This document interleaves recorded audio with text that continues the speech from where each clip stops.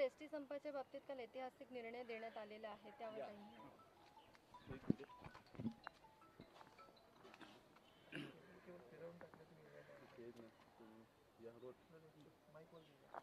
Sir, काल ST संदर्भात काल ऐतिहासिक निर्णय घेण्यात आलेला आहे, तरी सुद्धा एसटी कर्मचारीच विलिनीकरणावरती प्रश्न असा आहे की काल राज्य सरकारनं खास करून परिवहन मंत्री अनिल परब यांनी मुख्यमंत्र्यांशी चर्चा केली, यांनी अर्थमंत्री अजितदादा पवारांशी चर्चा केली, त्याआधी शरद पवारांशी चर्चा केली आणि त्यानंतर या संपातून तोडगा काढण्यासाठी आणि कामगारांना चांगल्या प्रकारे आर्थिक पाठबळ किंवा मदत मिळावी म्हणून काल एक त्यांनी पॅकेज जाहीर केलं छानपैकी.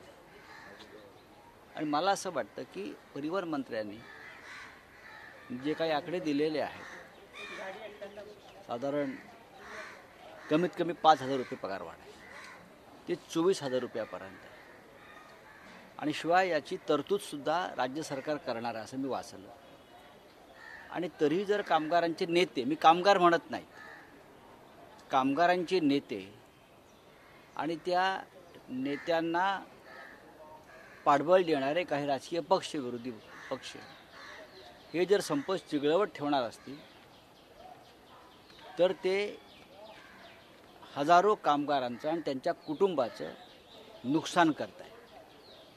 त्यांना एस टी कामगारांचा गिरणी कामगार करायचं आहे का? करू नका.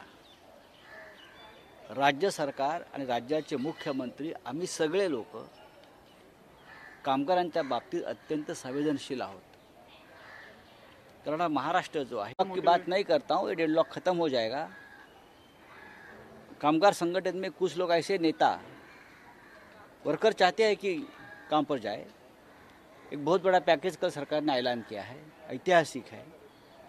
लेकिन कुछ नेता और उस नेताओं को जो अपोजिशन की तरफ से ताकत दी जा रही है, उससे ज़्यादा नुकसान कामगारों का होगा, वर्कर्स का होगा. मैं इतने बताना चाहता हूँ. एक ऐतिहासिक सैलरी की एक इंक्रीज दिया है उनको, वो बहुत बड़ी बात है. चलिए, नहीं मुझे मालूम नहीं हो क्या. Thank you sir.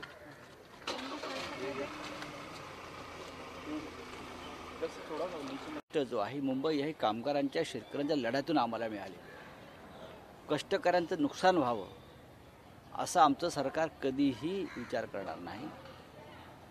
राज्य सरकारची आर्थिक स्थिती चांगली नसताना सुद्धा इतक्या मोठ्या प्रमाणामध्ये आपण त्यांना देतो आहोत. कामगाराने थोडं समजुतीने घ्यावं. कामगार घेत आहेत पण एक विशिष्ट वर्ग आहे, त्यांची भाषा मी ऐकत होतो काल. ते या राज्यातल्या, देशातल्या वरिष्ठ आणि सन्माननीय नेत्यांविषयी एकेरी भाषेमध्ये उल्लेख करत होते. त्यांची लायकी काय आहे, हे कोण लागून गेलेत? ठीक आहे, तुम्ही चर्चा करू शकता. तुम्ही प्रमुख नेते महाराष्ट्राचे, ज्यांनी राजकारणामध्ये हयात घालवली आहे, समाजकारणामध्ये हयात घालवली आहे, राज्याचे मुख्यमंत्रीपद, केंद्रीय मंत्रीपद भूषवले आहेत, त्यांचा तुम्ही त्या कामगारांसमोर, मीडियासमोर एकेरी उल्लेख करता. तुमचं असं काय योगदान, तुमचं काय कर्तृत्व आहे? कायदा कळतो म्हणजे काय? हे राज्य कायद्याने चालतं आणि हे राज्य अत्यंत भावनाशील पद्धतीनं चाललेलं आहे. सर, गोपीचंद पडळकर आणि खोत जे आहे ते स्थगित करणार आहे, ते माघार घेणार आहे या संपातून. जर हे दोन नेते समंजसपणाची भूमिका घेऊन कामगारांना काल जे सरकारने जाहीर केलं आहे त्यांना भरघोस पगारवाढ, त्या संदर्भात त्यांनी भूमिका जर घेतली असेल तर मी त्यांचं स्वागत करतो. कुठेतरी संप चालू करणाऱ्यांनी संप कुठे संपवायचा याचा एक विचार करावा लागतो. नाहीतर हा संप जर खेचत गेला तर हजारो कामगारांचं नुकसान होईल, त्यांचे कुटुंब रस्त्यावर येतील. सर, हिंदी में जानना चाहेंगे, ये जो डेडलॉक है, जिस तरह से कल सरकार ने कल ऐतिहासिक निर्णय देण्यात आलेला आहे, त्यावर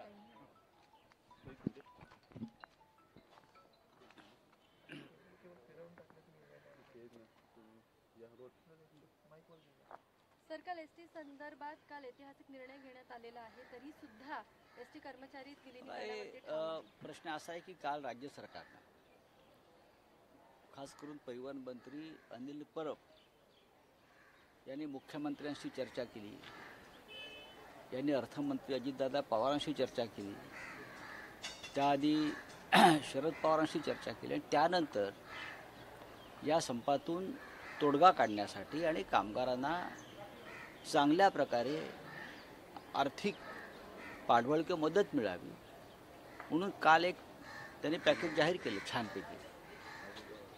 आणि मला असं वाटतं की परिवहन मंत्र्यांनी जे काही आकडे दिलेले आहेत साधारण कमीत कमी 5,000 रुपये पगार वाढ आहे, ते 24,000 रुपयापर्यंत आहे. आणि शिवाय याची तरतूदसुद्धा राज्य सरकार करणार आहे असं मी वाचलं. आणि तरीही जर कामगारांचे नेते, मी कामगार म्हणत नाही, कामगारांचे नेते आणि त्या नेत्यांना पाठबळ देणारे काही राजकीय पक्ष, विरोधी पक्ष हे जर संप चिघळवत ठेवणार असतील तर ते हजारो कामगारांचं आणि त्यांच्या कुटुंबाचं नुकसान करत आहे. त्यांना एसटी कामगारांचा गिरणी कामगार करायचं आहे का? करू नका. राज्य सरकार आणि राज्याचे मुख्यमंत्री आम्ही सगळे लोक कामगारांच्या बाबतीत अत्यंत संवेदनशील आहोत. कारण महाराष्ट्र जो आहे, मुंबई हे कामगारांच्या, शेतकऱ्यांच्या लढ्यातून आम्हाला मिळाले. कष्टकऱ्यांचं नुकसान व्हावं असं आमचं सरकार कधीही विचार करणार नाही. राज्य सरकारची आर्थिक स्थिती चांगली नसतानासुद्धा इतक्या मोठ्या प्रमाणामध्ये आपण त्यांना देतो आहोत. कामगारांनी थोडं समजुतीने घ्यावं. कामगार घेत आहेत पण एक विशिष्ट वर्ग आहे, त्यांची भाषा मी ऐकत होतो काल. ते या राज्यातल्या, देशातल्या वरिष्ठ आणि सन्माननीय नेत्यांविषयी एकेरी भाषेमध्ये उल्लेख करत होते. यांची लायकी काय आहे? हे कोण लागून गेलेत? हां, ठीक आहे, तुम्ही चर्चा करू शकता. तुम्ही प्रमुख नेते महाराष्ट्राचे, ज्यांनी राजकारणामध्ये हयात घालवली आहे, समाजकारणामध्ये हयात घालवली आहे, राज्याचे मुख्यमंत्रीपद, केंद्रीय मंत्रीपद भूषवले आहेत, त्यांचा तुम्ही त्या कामगारांसमोर, मीडियासमोर एकेरी उल्लेख करता. तुमचं असं काय योगदान, तुमचं काय कर्तृत्व आहे? हां, कायदा कळतो म्हणजे काय? हे राज्य कायद्याने चालतं आणि हे राज्य अत्यंत भावनाशील पद्धतीनं चाललेलं आहे. तर गोपीचंद पडळकर आणि खोत जे आहे ते स्थगित करणार आहे, ते माघार घेणार आहे या संपातून. जर हे दोन नेते समंजसपणाची भूमिका घेऊन कामगारांना काल जे सरकारने जाहीर केलं आहे त्यांना भरघोस पगारवाढ, त्या संदर्भात त्यांनी भूमिका जर घेतली असेल तर मी त्यांचं स्वागत करतो. कुठेतरी संप चालू करणाऱ्यांनी संप कुठे संपवायचा याचा एक विचार करावा लागतो. नाहीतर हा संप जर खेचत गेला तर हजारो कामगारांचं नुकसान होईल, त्यांचे कुटुंब रस्त्यावर येतील. सर, हिंदी में जानना चाहेंगे, ये जो डेडलॉक है जिस तरह से कल सरकार ने